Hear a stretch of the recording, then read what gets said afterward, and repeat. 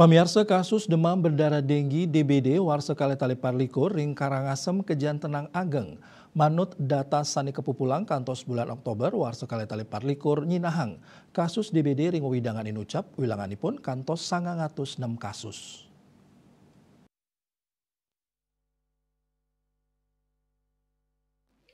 Kepala Dinas Kesehatan Kabupaten Karangasem I Gusti Bagus Putra Pertama Mausang, kasus DBD sani nibenin krama wenten ring kutus kecamatan.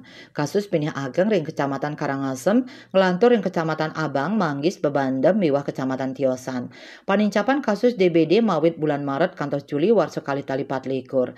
Ring bulan Maret wenten sawetara 106 kasus, April 100 kutus kasus, Mei 113 kasus, Juni 146 kasus, miwah Juli 107 kasus.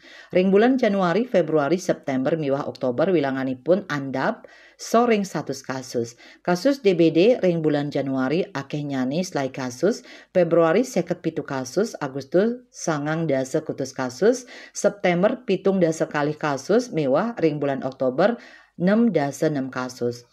Manut pertama, akeh nyani kasus DBD ring Karangasem metu sangkaning makatah parindikan.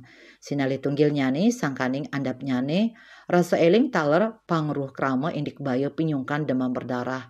Sadius punika, kahanan cuaca ring Karangasem nenten preside kejan tenang. Ageng nyani wilangan kasus DBD taler metu sangkaning kahanan pancaroba.